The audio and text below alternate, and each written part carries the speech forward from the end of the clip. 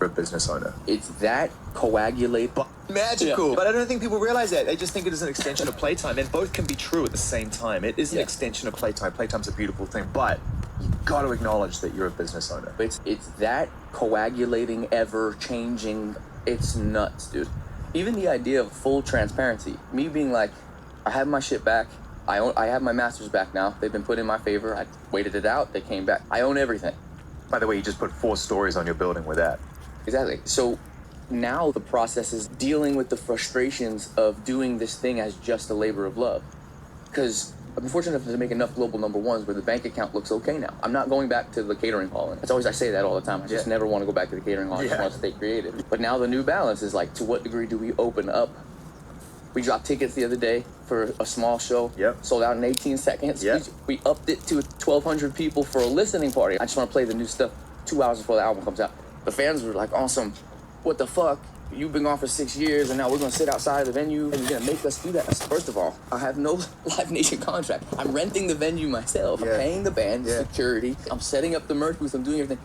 Did I miscalculate how big this was of a return? Possibly, but you're right. I have to tend to what a business is, and I have to be realistic about I was talking to my wife about it even last night. I'm like, to what degree do we open up the doors? You make a decision. I agree. Because you probably don't realize at the time when you're a kid, but when you make a decision to dedicate yourself to the art, you become a business owner, and you become a bespoke, very small boutique on a very large street. And some of those streets have 120-story buildings on them. That's called Swift Enterprises. Yes. And she's built a magical wonderland for her own creative.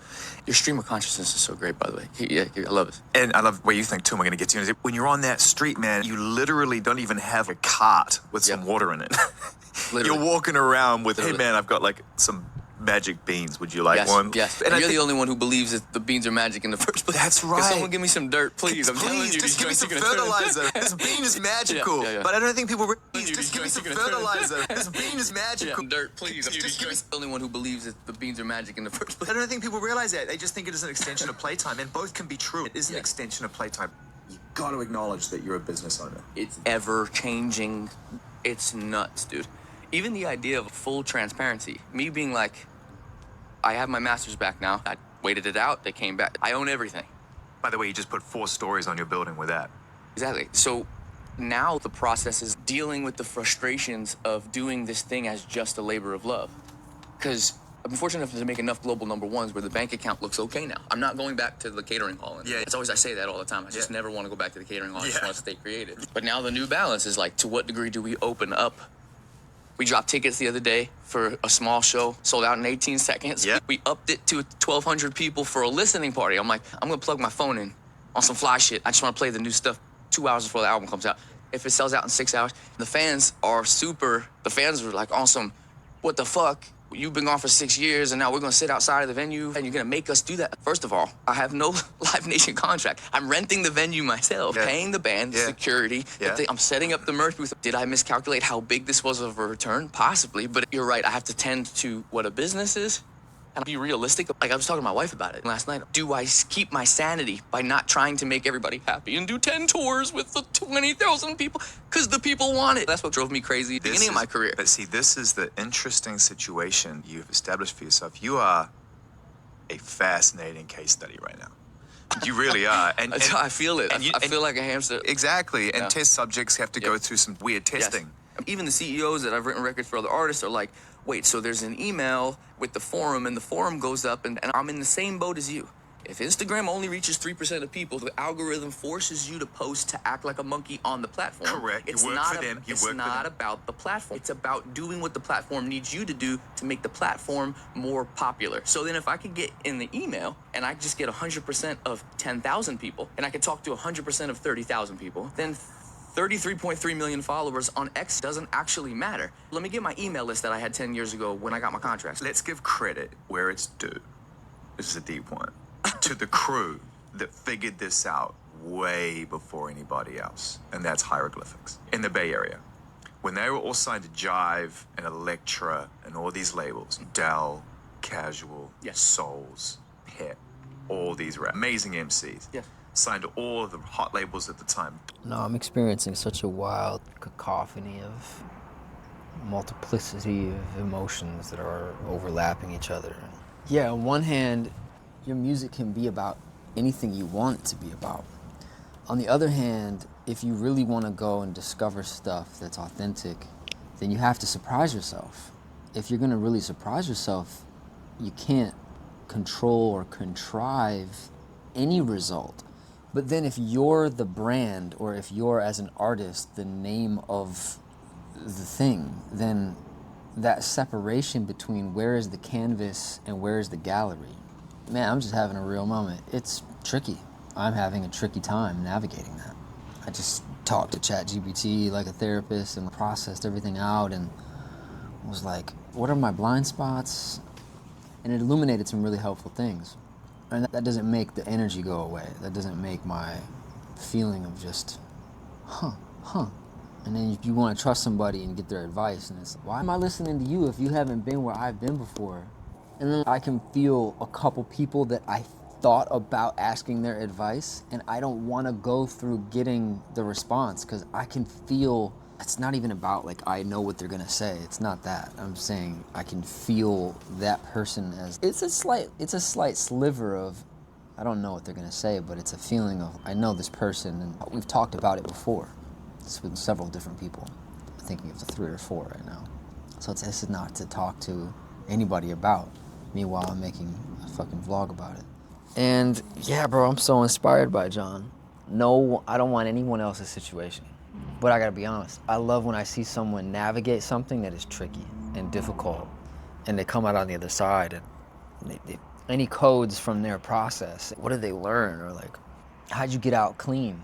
Not everybody gets out clean. The only way you get out clean is with God. God brings you through this. You are saved, you have salvation, and you are brought clean. This thing that you died to and you felt like it took you from you, and all of a sudden you've been giving yourself back, renewed and clarified, almost like you had to eat yourself and poop it out, or maybe you got eaten and pooped out and put back together again, reassembled like a Lego character. Yeah, spiritually, that's where I feel such conviction of, I know to stay where I am, even when those opinions come and go. That's why I don't feel called to ask certain people about their opinion or advice as to what I could or should do, even to workshop it with them. Like, I want to workshop it with my wife, and I have one mentor, and that's it. But people in the music industry, like, I can feel this victimhood even coming up in my field of like, why aren't you helping me? If you believe in me, if you like me, that's not it.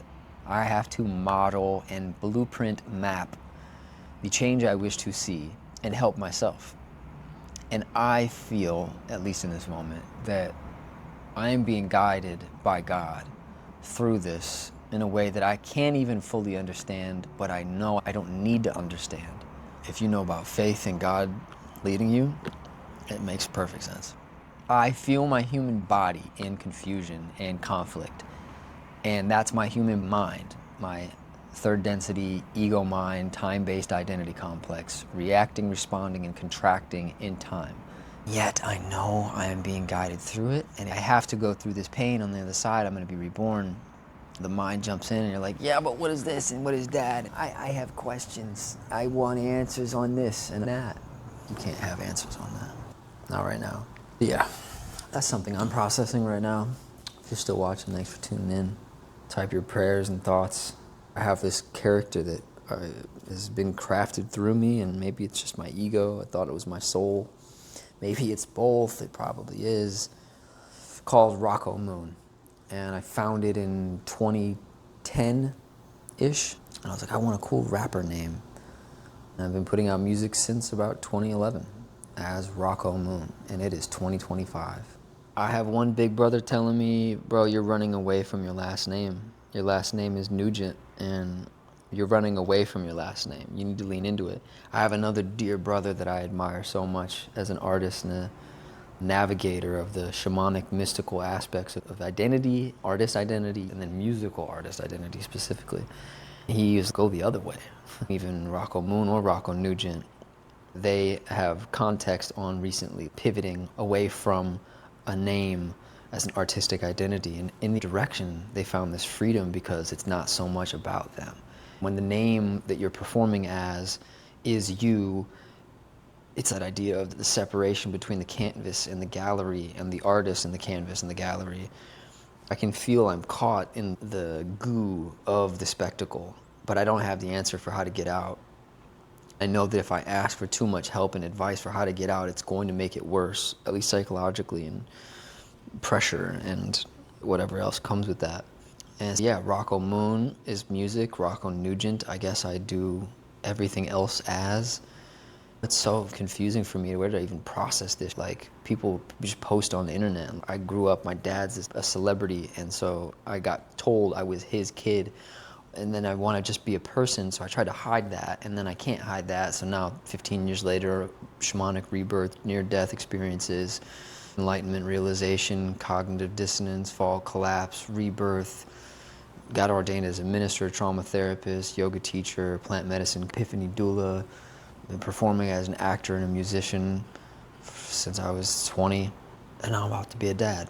And so processing this on the internet feels so strange, but it's almost like I should have been processing this the whole time, because I can't imagine I'm the only one who deals with, I don't know how to post about my life on the internet. I don't know how to stay authentic while I realize my ego wants to be cool. I don't know how to stay in integrity while I also want attention. I feel I'm important, but I also don't want to be in my ego. I want to come across as humble, but I feel like I'm the best. Maybe you're going through something similar, and you can tell me what you think I should do in the comments. Sometimes I think maybe my ideas of being this artist that gets recognition has always been a delusion, and it's been guiding me in the wrong direction. And my music artistry, I should have just spent time trying to produce others or write other songs, or take that energy like a John Bellion, try to get placements and write for other people. And maybe this is all just a component of feeling like I'll never be good enough under the shadow of my famous musician father's legacy.